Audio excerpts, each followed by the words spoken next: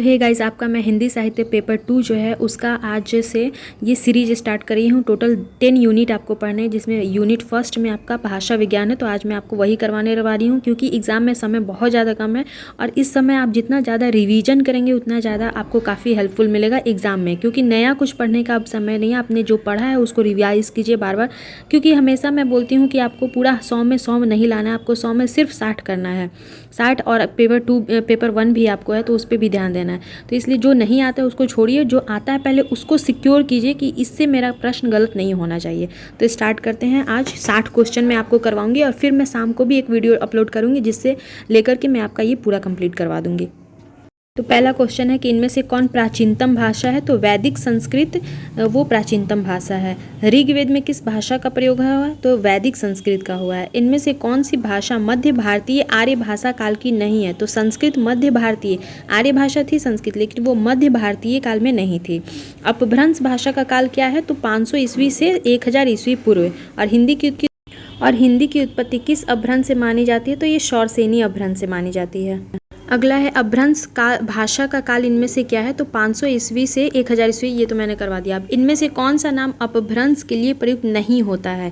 तो देखिए, औहट होता है, औहत होता है, देश भाषा होता है, लेकिन जो डिंगल है वो राजस्थानी भाषा के लिए डिंगल और पिंगल शब्द यूज होता था, लेकिन ये अपभ्रंश के लिए नहीं होता है। इनमें से कौन सी भाषा वियोगात्मक भाषा है। तो ये अपभ्रंश को वियोगात्मक भाषा कहते हैं। मैं थोड़ा जल्दी जल्दी करवा रही हूँ, क्योंकि समय आपके पास भी नहीं है और समय मेरे पास भी नहीं है। तो इससे जितना कम समय हम ज़्यादा से ज़्यादा चीज़ों को पढ़ें वो ज़्यादा अच्छा है हमारे लिए। नेक्स्ट हमारा हिंदी भाषा का प्रारंभ मोटे तौर पर कब से हुआ है। तो 1000 ईस्वी से मोटे तौर पर हिंदी भाषा का प्रारंभ माना जाता है। संस्कृत में किसी शब्द के कुल कितने रूप विभक्ति और वचनों के लिए बने हैं। तो ये 24 रूप हैं। हिंदी में किसी शब्द के मूलतः कितने रूप बनते हैं। तो 2 रूप बनते हैं हिंदी में किसी भी शब्द के। संदेश रासक के रचयिता कौन है। अब्दुल रहमान है। अगला है अपभ्रंश के प्रमुख कवि धनपाल की रचना कौन सी है। तो भविष्यत कथा ये धनपाल की रचना है। हिंदी का प्रथम कवि राहुल सांकृत्यायन किसे मानते हैं। तो सरहप्पा को, यानी कि सरहप्पा को हिंदी का पहला कवि राहुल सांकृत्यायन ने माना है। ये सब क्वेश्चन बनते हैं आपके एग्जाम में, क्योंकि बहुत सारे क्वेश्चन इसमें से प्रीवियस ईयर के ही हैं, क्योंकि एक तरह से तो क्वेश्चन बैंक है ना। शब्दानुशासन नामक प्राचीन व्याकरण के रचयिता कौन है। तो ये हेमचंद्र है। नेक्स्ट है हमारा पाहुर दोहा किसकी कृति है। तो ये राम सिंह की कृति है पाहुर दोहा। इनमें से किस कवि की गणना 84 सिद्धों में होती है। तो सरहप्पा की गणना 84 सिद्धों में होती है। इनमें से कौन सिद्ध नहीं है। तो देखिए, जिसमें भी पा लगा हुआ है वो सिद्ध होते हैं, और मतलब वो एक आदर का भाव होता है, इसलिए उनके नाम के आगे पा लगाया जाता है। तो लुईपा, सरहप्पा, गोरक्षपा है, लेकिन देव से ये जो है वो सिद्ध नहीं है। कौन सी भाषा प्राचीनतम है। तो संस्कृत प्राचीनतम भाषा, सबको पता है। इनमें से कौन पश्चिमी हिंदी की बोली है। तो खड़ी बोली पश्चिमी हिंदी की बोली है।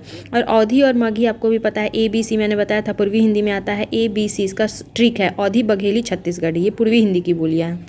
और मगही जो है वो बिहारी हिंदी में आता है। मगही, भोजपुरी, मैथिली ये बिहारी हिंदी में आता है। अगला क्वेश्चन हमारा, इनमें से कौन पश्चिमी हिंदी की बोली है।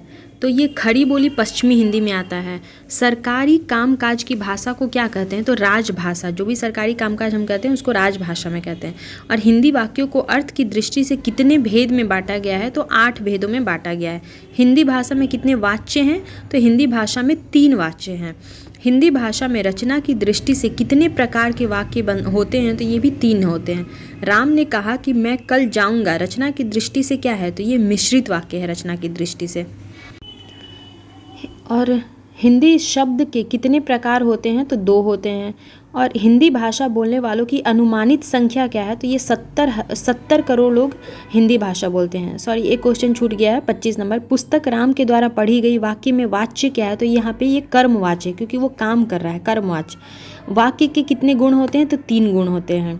हिंदी के अंतर्गत, अब हम 29 नंबर क्वेश्चन पढ़ें कि हिंदी के अंतर्गत कुल कितनी बोलियां हैं। तो 18 बोलियां हैं। याद रखिएगा, 18 बोलियां हैं। इनमें से कौन सा पश्चिमी हिंदी की बोली नहीं है। तो मगही, सबको पता है कि मगही बिहारी हिंदी में आता है। तो ये पूछ रहा है कि पश्चिमी हिंदी की बोली नहीं है, तो मगही। नेक्स्ट हमारा, इनमें से अवधी किसके अंतर्गत आती है। तो पूर्वी हिंदी में अवधी आती है। जैसे मैंने पहले बताया ABC, पूर्वी हिंदी का ट्रिक है ABC। अवधी, बघेली, छत्तीसगढ़ी ये हमारा पूर्वी हिंदी में आता है। क्वेश्चन नंबर 32 देखिए, इसमें से कौन सी बोली बिहारी की नहीं है? तो मारवाड़ी बिहारी में नहीं आता है। बिहारी हिंदी का ट्रिक है मैम भी, याद कर लीजिए मैम भी, यानी कि म से होता है, म से मैं से होता है मैथिली, फिर म से मगही मैम और भी से भोजपुरी, तो मैम भी इसका ट्रिक है। लखनऊ बाराबंकी किस बोली के क्षेत्र में आते हैं? तो अवधी में आते हैं। लखनऊ और बाराबंकी में अवधी के क्षेत्र में आते हैं। बघेली बोली का केंद्र कहाँ माना जाता है? तो रीवा, रीवा में बघेली बोली बोला जाता है। इनमें से ब्रज भाषा किस नगर की बोली नहीं है? तो इटावा में ब्रज भाषा नहीं बोला जाता है। देखिए मथुरा तो सबको पता है कि ये कृष्ण का नगरी है मथुरा, और वहाँ पे ब्रज का क्षेत्र कहा जाता है इंद्र को। आगरा भी उसी में आता है, हाथरस भी उसी में आता है। इंदौर उज्जैन की बोली को क्या नाम दिया गया है? तो मालवी। इंदौर उज्जैन जो होता है, जो कि एमपी में पड़ता है, तो इसको मालवी नाम दिया गया है। अगला क्वेश्चन है हमारा 37 नंबर की, नैनीताल के आसपास बोली जाने वाली बोली का नाम क्या है? तो ये कुमाऊनी बोला जाता है नैनीताल के आसपास। भाषा वैज्ञानिक दृष्टि से हिंदी के अंतर्गत कितनी उपभाषाएं एवं बोलियां मानी गई हैं? तो 2 उपभाषाएं और 8 बोलियां मानी गई हैं। 2 उपभाषा और 8 बोलियां हैं। इनमें से कौन सा कथन सत्य नहीं है? तो ब्रज भाषा का केंद्र दिल्ली है, गलत बात है बिल्कुल। और खड़ी बोली का केंद्र मेरठ बिजनौर है। कन्नौजी का केंद्र फर्रुखाबाद इटावा है, और मालवी का केंद्र इंदौर उज्जैन है ही। इनमें से असत्य कथन को छाटिए। 41 नंबर क्वेश्चन है हमारा, इनमें से कौन सा जिला ब्रज भाषा क्षेत्र में नहीं आता है? तो गाजियाबाद ब्रज भाषा में नहीं आता है। मथुरा आता है, भरतपुर आता है और अलीगढ़ आता है। मानक हिंदी का मूल आधार कौन सी बोली है? तो खड़ी बोली। जो हम मानक हिंदी में यूज करते हैं वो खड़ी बोली होती है। इनमें से असत्य युग्म को अलग करिए। तो मैथिली विद्यापति के थे, तुलसी अवधी में लिखते थे, केशव खड़ी बोली में लिखते थे, लेकिन जो बिहारी थे ये ब्रज भाषा में नहीं लिखते थे। अगला है हमारा 44 नंबर क्वेश्चन कि सरकारी कामकाज की वह भाषा जिसे संविधान ने सरकारी कामकाज के लिए स्वीकृत किया है क्या कहलाती है? तो ये राज्य भाषा कहलाती है। अगला क्वेश्चन है कि किसी देश के बहुसंख्यक लोगों की भाषा क्या कहलाती है? तो उसको राष्ट्रभाषा बोलते हैं। जितने ज़्यादा लोग यूज़ करते हैं जिस भाषा, जैसे हमारी हिंदी तो है, लेकिन यहाँ पे और भी लैंग्वेज लोग ज़्यादा बोलते हैं, इसलिए हिंदी को राजभाषा दिया गया है, और राष्ट्रभाषा हमारी कोई नहीं है अभी। अगला क्वेश्चन है हमारा कि संविधान में किस धारा के अंतर्गत हिंदी को राजभाषा घोषित किया गया? तो आर्टिकल 343(1) के तहत इसको राजभाषा घोषित किया गया हिंदी को। हिंदी दिवस कब मनाया जाता है? सबको पता है कि 14 सितंबर को हिंदी दिवस मनाया जाता है।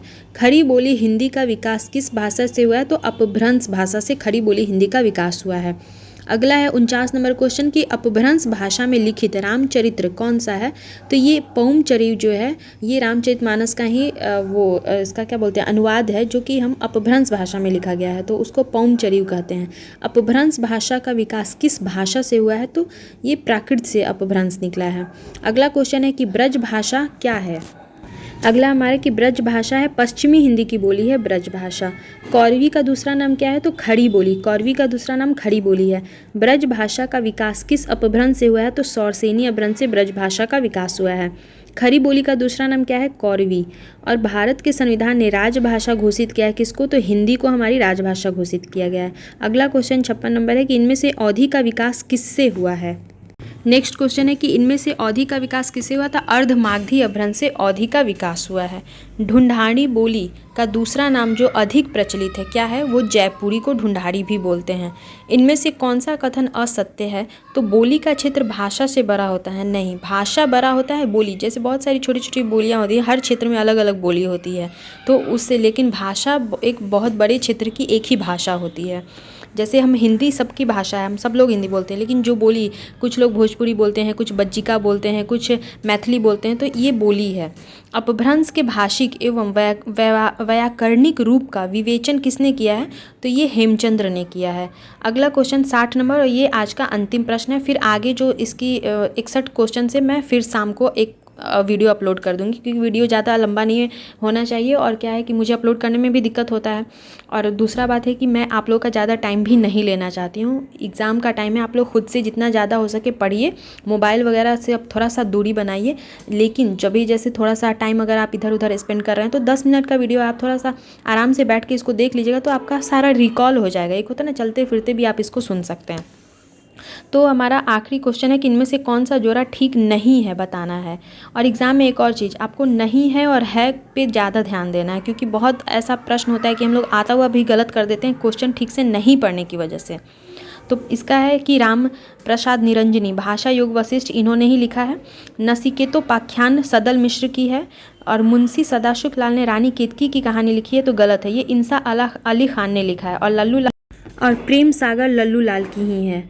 तो आई होप आप लोग को आज का ये सेशन अच्छा लगा होगा। मिलते हैं नेक्स्ट वीडियो में। Till then bye bye. और चैनल पे पहली बार आए हैं तो प्लीज़ चैनल को सब्सक्राइब कर दे, और पुराने सब्सक्राइबर हैं तो प्लीज़ लाइक कर दे। लाइक करेंगे तभी मुझे लगता है कि हाँ, इस वीडियो से आप लोग को थोड़ा हेल्प मिल रहा है, फिर मुझे भी मोटिवेशन मिलता है वीडियो अपलोड करने का। अदरवाइज़ अभी इस टाइम पर मैं भी एग्ज़ाम दे रही हूँ, तो मैं भी सोचूंगी ना कि टाइम वेस्ट करने से अच्छा है कि मैं अपना पढ़ाई करूँ।